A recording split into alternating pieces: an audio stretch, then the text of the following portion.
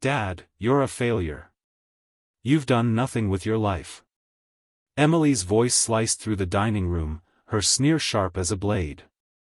Linda laughed cold and cutting, clutching her wine glass. He's right, you know. Their words stung, but I smiled, my fingers brushing the phone in my pocket. I pulled it out, tapped the screen and held up a screenshot. Their faces froze, mouths open, eyes wide. The room went silent, save for the clock ticking. I stood leaving them staring and walked out. Before we continue, please subscribe to the channel and let us know where you are listening in the comments. The dining room smelled of overcooked steak and betrayal. Emily's fork clattered against her plate, her eyes blazing.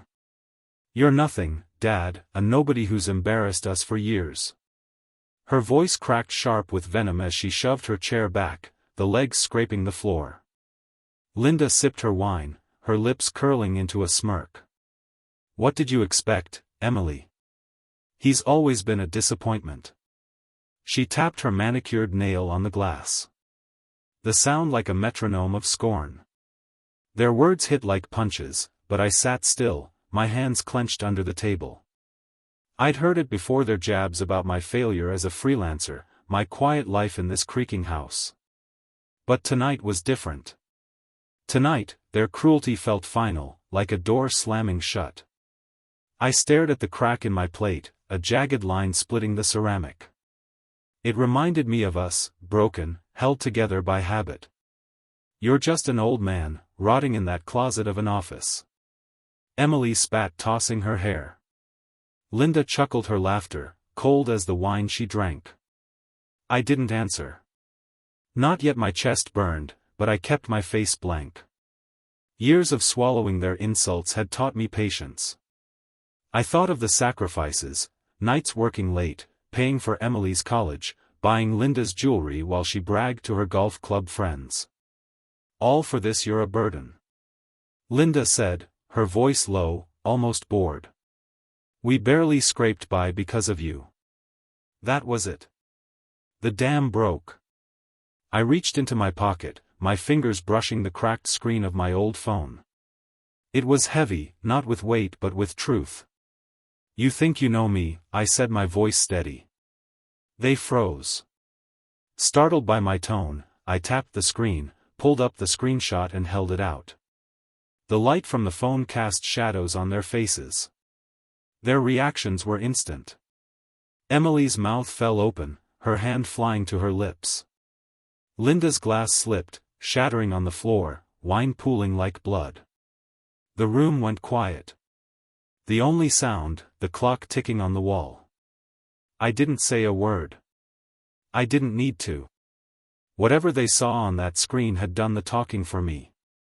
I stood, my chair creaking, and walked out.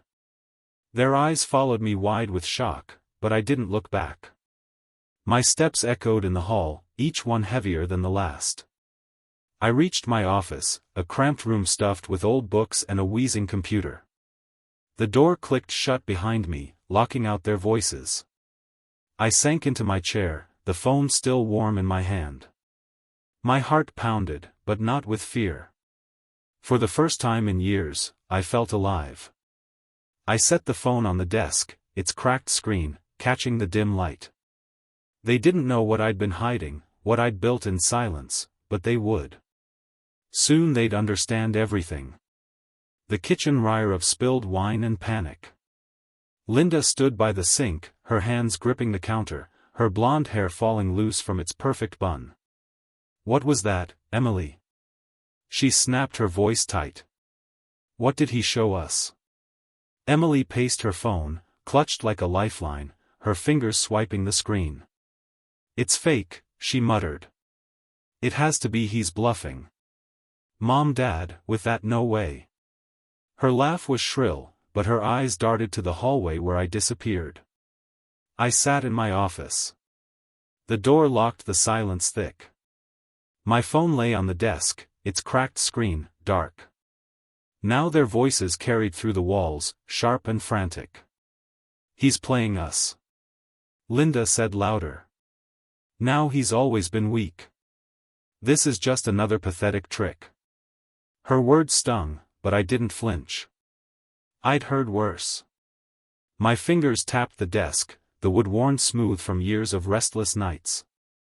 They thought they knew me. They thought I was nothing. A fist pounded on the door. Ed, Linda's voice was sugar-coated, but it dripped with venom. Open the door. We need to talk. I didn't move. Emily's voice joined in, high and jagged. You think you can scare us with some photoshopped garbage? I'll post this online, Dad, everyone will know you're a liar. Her thread hung in the air, but it was empty. She wouldn't post anything. Not yet. Not until she knew what I had. I leaned back in my chair, the springs creaking. The office was a mess. Books piled on shelves. A family photo turned face down on the desk. I hadn't looked at it in months. The memory of their laughter at dinner twisted in my gut, but I pushed it down. They wanted answers. They'd get them, but on my terms. Ed, don't be ridiculous. Linda called, her tone shifting to fake concern. Whatever that was, we can work it out. Her fist hit the door again, softer. This time I pictured her out there.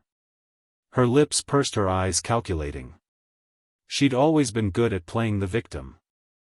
When it suited her, Emily muttered something.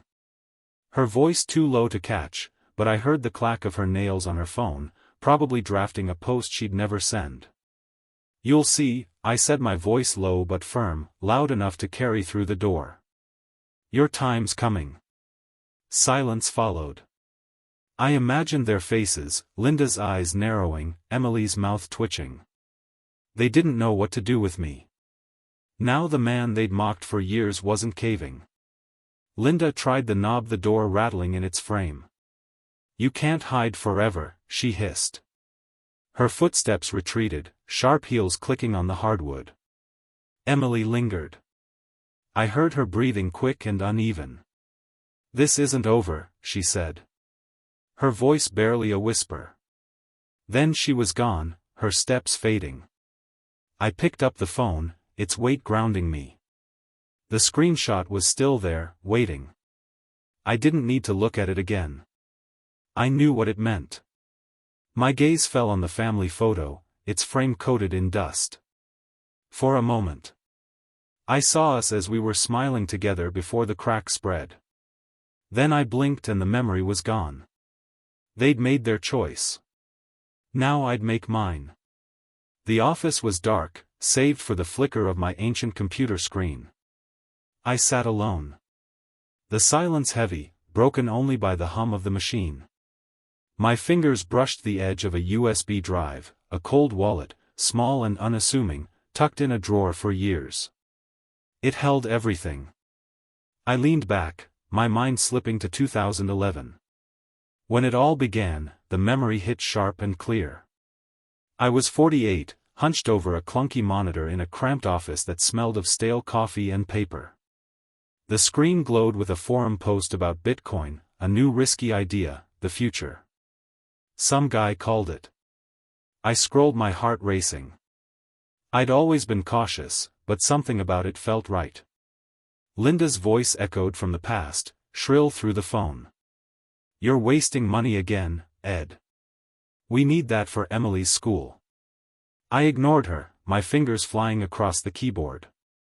$590 for 59 coins. I hit buy and smiled. A spark of hope in my chest. Back then I thought I was building something for us, for Emily's future, for Linda's dreams. I worked late, fixed networks, paid bills. Emily, just 13, barely noticed me. Dad, whatever she'd say, eyes glued to her phone. Linda wanted more, always more. Karen's husband bought her a diamond. She'd complain. Her voice sharp as a knife. I kept quiet. My secret tucked away. The coin sat in the cold wallet, forgotten as life ground on. Now, in 2025, I pulled the USB drive from the drawer. Its plastic was scratched, but it felt alive in my hand. My office was a tomb, dusty shelves, a family photo I couldn't bear to face. The computer wheezed as I plugged in the drive. My hands shook, not from fear but from certainty. I typed the password, each keystroke deliberate. The screen blinked, then loaded. There it was, 59 BTC. I did the math in my head. At today's price, nearly $6 million, I exhaled, the number sinking in. 6 million. More than enough to change everything. My eyes stung, not with joy but with rage. I'd given them everything, years' money, my pride, and they'd spit it back. Emily's voice at dinner calling me a failure. Linda's laugh, cold and cruel. They didn't deserve this, not anymore. I leaned forward, the chair creaking. The screen's glow lit my face, casting shadows on the walls. I remembered the nights I'd spent learning, risking, hoping for them, and they'd thrown it away. You'll see, I whispered, my voice steady. The wallet was real, the money was mine, and I knew exactly what to do with it. I unplugged the drive and slid it back into the drawer, its way to promise. The computer powered down, the hum fading to silence. My phone sat on the desk, its cracked screen catching the light. I picked it up, my thumb hovering over a number, an attorney I'd found weeks ago. Just in case. My finger pressed call, the line rang once. Twice. A voice answered, calm and professional. Mr. Cunningham, how can I help? I smiled, my eyes fixed on the phone. We need to talk, I said. The attorney's office smelled of leather and ambition. Sunlight streamed through tall windows, glinting off a glass desk piled with papers. I sat across from Mr. Harlow, a man with a crisp suit and sharper eyes. My pen hovered over the contract, steady as my pulse. Selling 5 coins will net you $500,000, he said. His voice clipped. What's the next step? I signed my name, the ink flowing smooth. Keep it quiet, I replied. That's all for now. He nodded, sliding the papers into a folder. The deal was done. I left the office, my steps light on the polished floor. Outside, Fairfield buzzed. Cars hummed, leaves rustled in the June breeze. My phone stayed silent in my pocket, its cracked screen hiding the truth. 5 bitcoins sold $500,000, and Linda and Emily had no idea. The thought made my chest hum, not with pride but with purpose. They'd mocked me for years, called me a failure. Soon they'd see back home. Linda waited in the hallway. Her arms crossed. Her blonde hair was pinned tight, but a strand hung loose, betraying her nerves. Where were you? She asked. Her voice honeyed but sharp like a blade dipped in sugar. Her bracelet jangled. As she tapped her phone. I tossed my keys onto the table. The clink loud in the quiet house. Out, I said, brushing past her, the air smelled of furniture, polish and tension. She followed, her heels clicking. Don't play games, Ed. I found that lawyer's card in your drawer. Her eyes narrowed, searching my face. I kept my expression blank, but inside I smiled. She'd been snooping, just as I'd expected. You're up to something, she hissed, stepping closer. What is it? I shrugged my silence.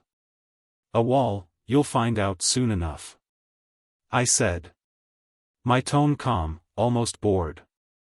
Her lips pursed, her fingers, twitching around her phone. I headed to the kitchen, pouring a glass of water. Linda lingered in the doorway, her shadow stretching across the linoleum. You've never given me what I deserve, she said. Her voice low, bitter, all those years scraping by while my friends lived better. I sipped the water, letting her words slide off me. She wanted wealth, status, the life she'd envied at the golf club. She'd never worked for it, but she blamed me, always me. I set the glass down, the clink sharp. Things are about to change, I said, meeting her gaze. Her eyes widened just for a second before she masked it with a scoff. You change anything. She laughed, but it was brittle like glass about to crack. I didn't answer. I didn't need to. The seeds were planted. Later I took a walk through the neighborhood, the dusk, settling over manicured lawns.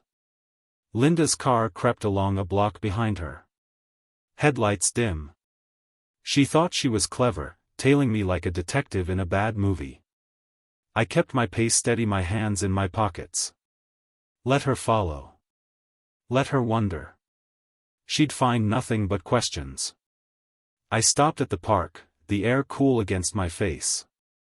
My phone buzzed. Once a confirmation from Harlow. The funds were in my account. I pulled it out, dialed a number and kept my voice low. It's just the start, I said behind me. Linda's car idled, her silhouette stiff in the driver's seat. She was watching, but I was already miles ahead. The dining room was a battlefield.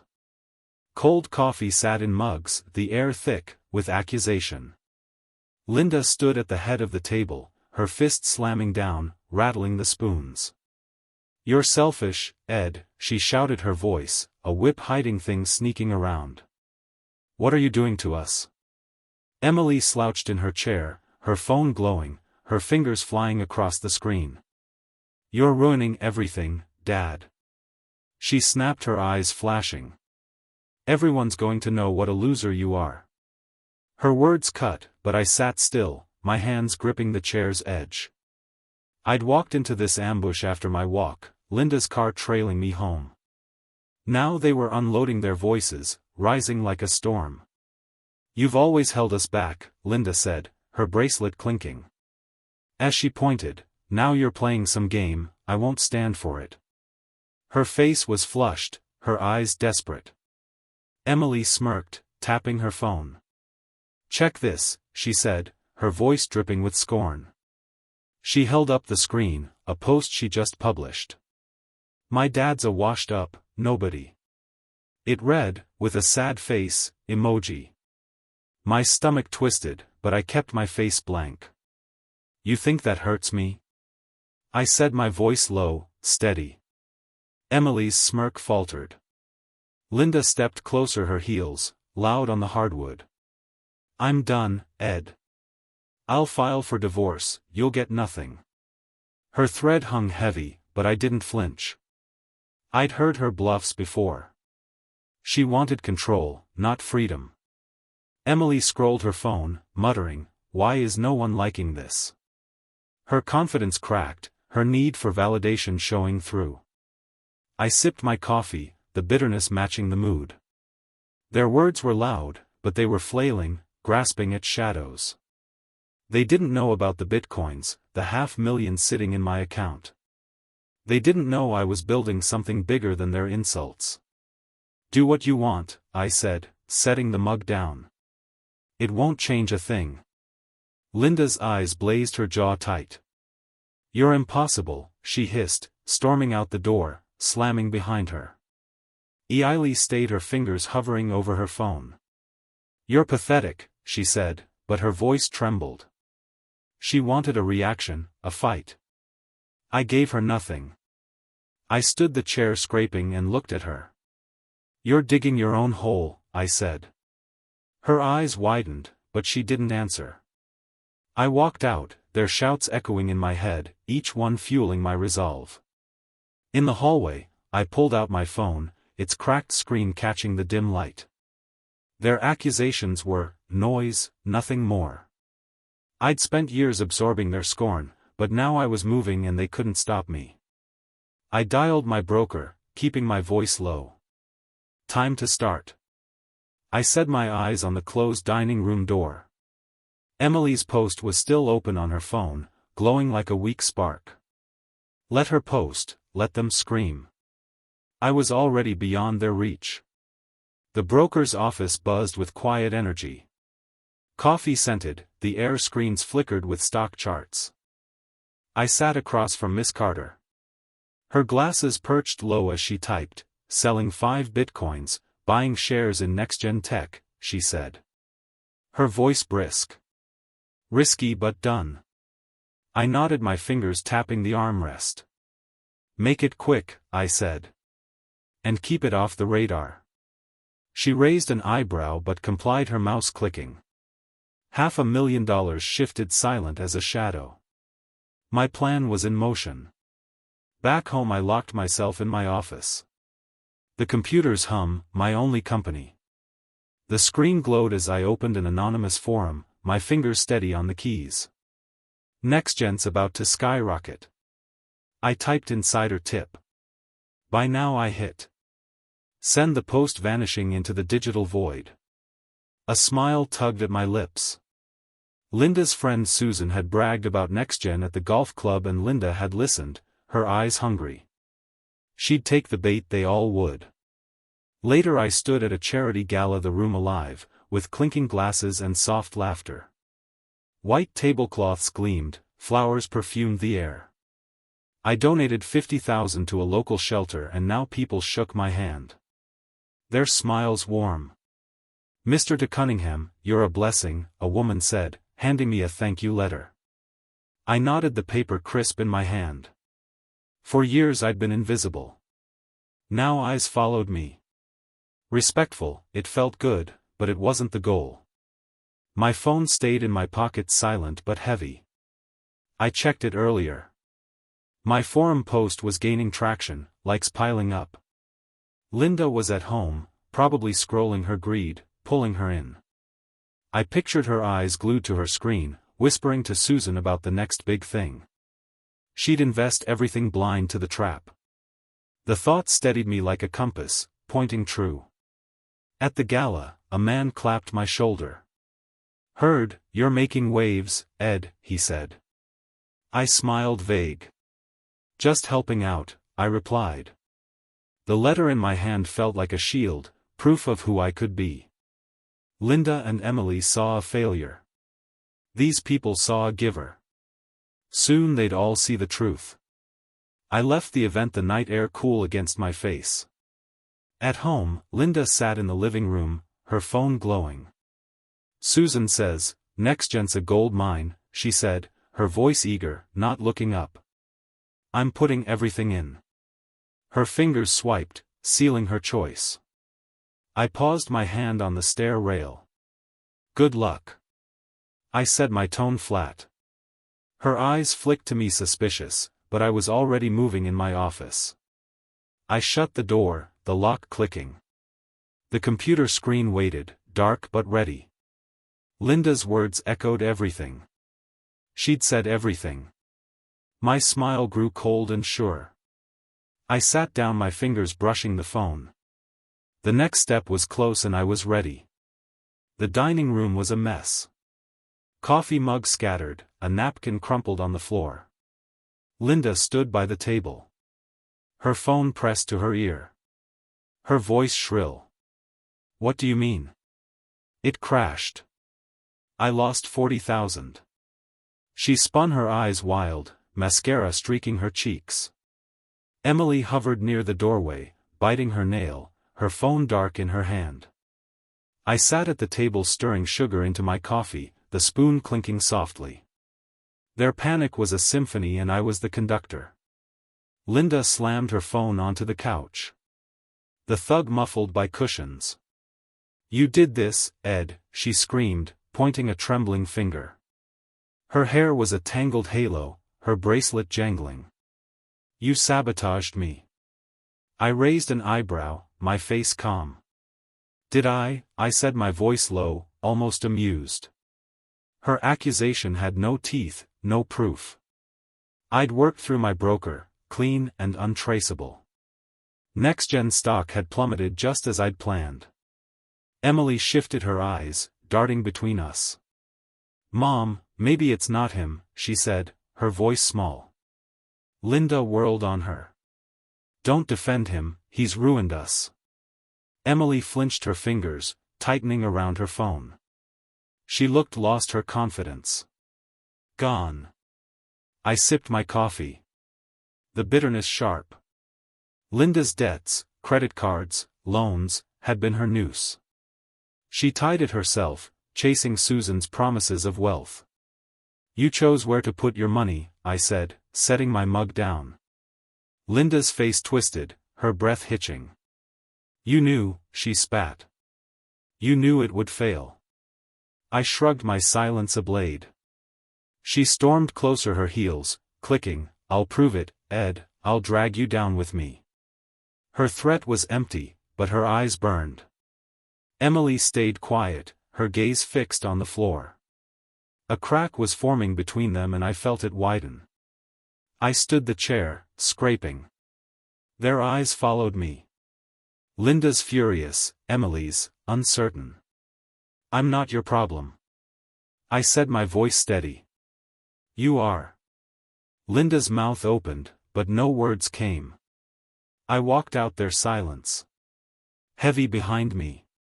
In the hallway, I grabbed my coat, the letter of thanks from the charity still in my pocket. Its weight grounded me, a reminder of who I was becoming outside.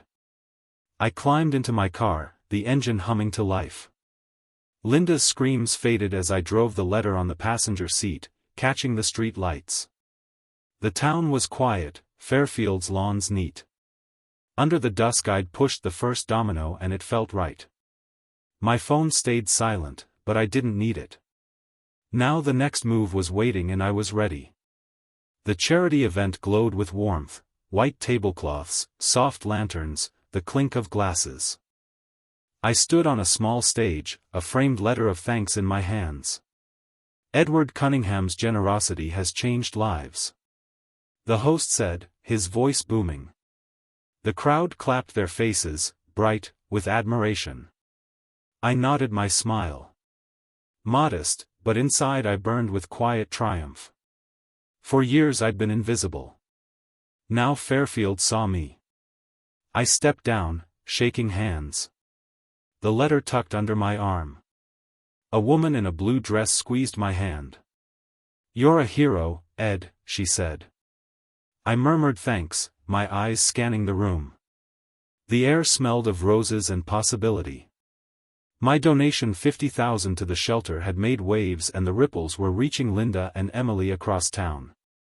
Linda sat in the golf club, her cocktail glass trembling. The green stretched outside the grass, sharp under the sun, but the air inside was cold. Her friend Susan leaned over, her voice low. You're, Ed, the one who gave all that money. Why, didn't you say? Linda's smile froze, her fingers tightening on the glass. It's complicated, she said, her voice thin. Another woman whispered, he's a saint and you're so quiet about it. The word stung and Linda's face flushed her status. Her armor was cracking. Emily wasn't faring better. At home. She sat on her bed, her phone glowing with comments. How can you trash your dad? One read, he's helping people and you're whining. Another said, her post about me calling me a failure had backfired. She swiped her hands, shaking, and deleted it, but the damage was done. Her followers dropped, her inbox filled with criticism.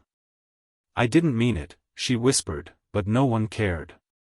Her world, built on likes, was crumbling. I left the event. The night air cool against my face. The sunset painted the sky orange, a promise of something new. I'd spent years in their shadow, absorbing their scorn. Now they were the ones fading. Linda's friends were pulling away, their invitations drying up. Emily's online empire was shrinking, her confidence with it. I felt no pity. They'd built their cages and I'd handed them the keys. I drove home, the letter on the seat beside me. Its words, gratitude, respect, were a shield against their venom. My phone buzzed, a message from the mayor's office, an invite to a council event. My name was spreading. My actions speaking louder than their lies. I parked the house dark, except for a single light. As I stepped out, a knock came at the door. Sharp and desperate. I paused, my hand on the keys, and listened. The dining room smelled of damp carpet and defeat. Linda stood before me. Her hands clasped. Her eyes red. Ed, please, she said, her voice breaking. We're sorry, we were wrong. Emily lingered behind, tears streaking her face. Her phone silent for once. "Dad, I didn't mean it." She whispered, her voice raw. Their apologies were a performance, hollow as the cracked walls around us. I stood by the table. My arms crossed, unmoved. Linda stepped closer, grabbing my hand. Her nails dug in, desperate. "We're broke, Ed. The club shut me out. We need you." Her words were syrupy, but her eyes flickered with calculation. Emily nodded, wiping her nose. "My friends won't talk to me," she said. Her voice small. "I deleted the post, I swear." I pulled my hand free, the motion sharp. "Their tears didn't touch me. I'd heard their lies before you made your choices." I said, my voice cold as stone. Linda's face crumpled, but her jaw tightened. "You can't abandon us," she said, her tone shifting accusatory. Emily looked down, her shoulders shaking. I saw her fear. Real maybe, but it changed nothing. They'd mocked me, belittled me for years. Now they wanted salvation. I wasn't their savior. I turned, walking out, their pleas fading. Later I sat in a realtor's office. The air crisp with fresh paint, a panoramic window framed Fairfield skyline, and keys gleamed on the desk. "The house is yours," the realtor said, sliding the papers over. I signed, my hand steady. The pen scratched loud in the quiet. A new home, clean and mine, waited. No echoes of their voices, no ghosts of their scorn. The keys were cool in my hand. Their weight. A promise. I'd sold more bitcoins, enough to start fresh. Linda and Emily could keep the old house, its creaks and cracks, a mirror of their lives. I felt no guilt. "Everyone gets what they earn," I said, my voice low, almost to myself. The realtor smiled. Unaware of the war I'd fought, she handed me the keys. Their jingle bright. I drove to the new house, its windows dark but welcoming. I parked, staring at the clean lines, the empty rooms, waiting for a life I'd build alone. My phone buzzed, a message from the city council. They wanted me at an event, a speaker for their fundraiser. My name carried weight, now a currency Linda and Emily could never touch. I stepped out, the keys in my hand. When the phone rang again, I answered, my voice calm. "I'll be there," I said. The city hall smelled of polished wood and pride. I stood at the podium, the weight of a brass medal cool in my hands. "Edward Cunningham's $1 million donation will transform our community," the mayor said, his voice echoing. The crowd erupted, their applause, a wave. I nodded, my face humble, but inside I soared. Linda and Emily sat in the back. Their faces pale, their eyes fixed on me.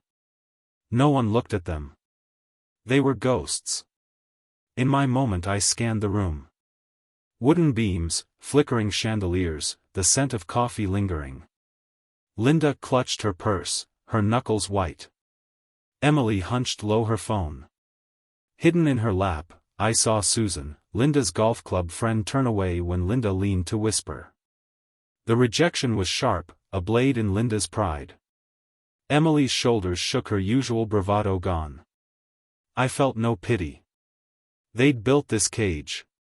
"Thank you," I said, my voice steady. "This is for Fairfield." The crowd cheered again, their faces warm open. For years I'd been the quiet man in the corner. Now I was their hero. The medal gleamed, a symbol of everything I'd earned. Linda's lips moved, a silent mutter. "It's a lie," but no one cared. Emily's eyes darted, seeking an escape that wasn't there.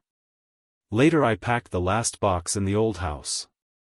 The dining room was a wreck. Cracked walls, a dusty table, the air heavy.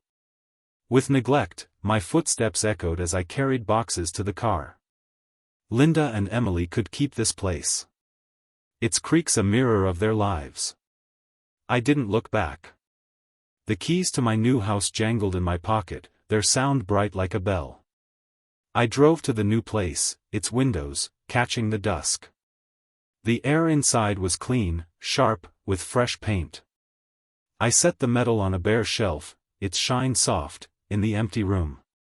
The silence was mine, not theirs. No arguments, no scorn, just space to breathe. I walked through the house, my steps light on the hardwood. This was freedom outside. Fairfield settled into evening lawns glowing under street lights.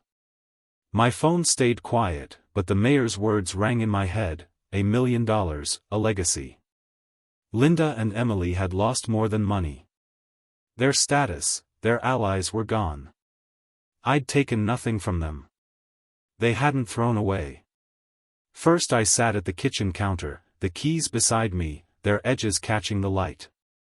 The house was still, but alive, with possibility. Then a knock came at the door. Sharp, insistent. I stood, my hand brushing my phone. My fingers paused over the screen. Ready. The new house was quiet, its minimalist living room bathed in evening light. The knock came again, louder. Desperate, I opened the door and there they were, Linda. Her face straw with mascara and Emily eyes red, clutching her arms. Ed, please, Linda said, her voice cracking. We're done, for you have to help us. Emily nodded, her voice barely a whisper. Dad, we messed up, we're sorry. Their words dripped with need, but I heard the old venom beneath. You've done nothing, Emily added, her eyes flickering, but we need you now. I stood in the doorway. My face, a mask. The room behind me smelled of fresh paint, the hardwood gleaming under a single lamp. A clock ticked on the wall, its rhythm steady. Come in. I said, my tone flat. They shuffled inside Linda's purse, dangling Emily's sneakers scuffing the floor. The space felt too clean for their chaos. I closed the door. The click sharp. Linda launched in, her hands ringing. The debts are crushing us, she said, her voice rising. The club's gone, my friend's gone. You're our only hope. Emily sniffled, her eyes on the floor. No one talks to me anymore. She said I lost everything. Their apologies were thin. A performance to save themselves. I'd heard it before. Their lies dressed in tears. I pulled my phone from my pocket, its cracked screen catching the light. You think I've done nothing? I said, my voice low, deliberate. I tapped the screen, opened the wallet app and held it up. Green text glowed, 59 BTC, $5.9 million. Their jaws dropped. Linda gasping, Emily, sinking onto the couch. I bought them in 2011. I said $590. For you, for us, and you called me a failure. Linda's hand flew to her mouth, her eyes wide. You hid this, she stammered. Emily stared, tears spilling, but she said nothing. I lowered the phone, my gaze hard. You had your chance, I said, every day you chose to tear me down. Now you live with it. The clock ticked louder, filling the silence. Their faces were frozen. The truth await. They couldn't lift. I turned, walking to the door. Ed, wait, Linda cried, falling to her knees, her hands clawing the air. Emily sobbed, gripping the couch. I didn't stop. You're cruel, Linda shouted, but her voice broke. I opened the door. The night air cool against my face. No, I said, not looking back. I'm fair. I stepped outside the door, shutting with a thud. My car waited. Its engine a soft hum. As I started it, the sunset burned orange, a fire across the sky. I drove the phone on the seat beside me. It screamed dark. Now their faces lingered in my mind, but not their pain, only their shock, their realization. I'd shown them the truth and it was enough.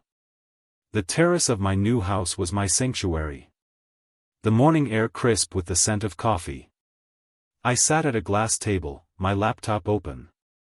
Documents spread before me. Another donation, 200,000 for a youth center, waited for my signature. The pen scratched softly each stroke. A step further from the past, Fairfield stretched beyond the railing. Its roof's gold. In the dawn. I was home, not just in this house, but in myself. Across town, Linda and Emily worked at a diner. Their lives a stark contrast. The place was loud, reeking of fried potatoes and grease. Linda wiped tables. Her apron stained her movements sharp with resentment. "He did this to us," she muttered to a coworker tossing a rag onto the counter. Her voice was bitter but tired. Emily carried a tray. Her step slow, her eyes downcast. "Mom, stop," she said, her voice flat. "We did this." The tray wobbled, plates clinking, and she steadied it, her phone silent in her pocket. I'd seen them once from a distance, their faces drawn, their pride gone. They worked to survive their status. A memory.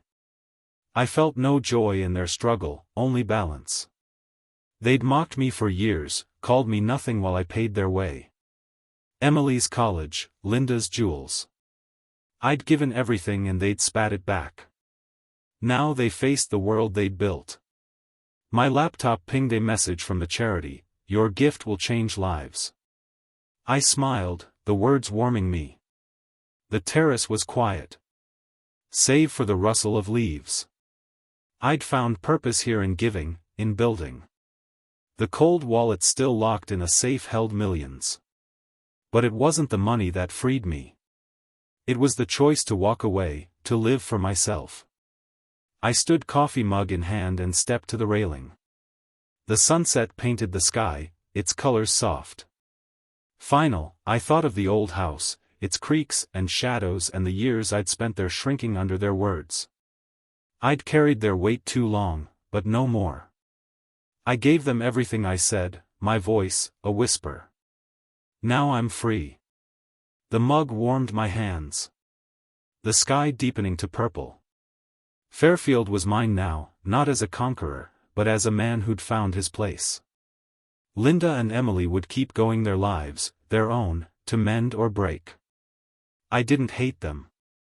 I didn't need to. I'd found something better myself. The horizon glowed and I knew I was home. If you like this story, please like this video, subscribe to the channel and share your impressions of this story in the comments. To listen to the next story, click on the box on the left. Thank you for watching.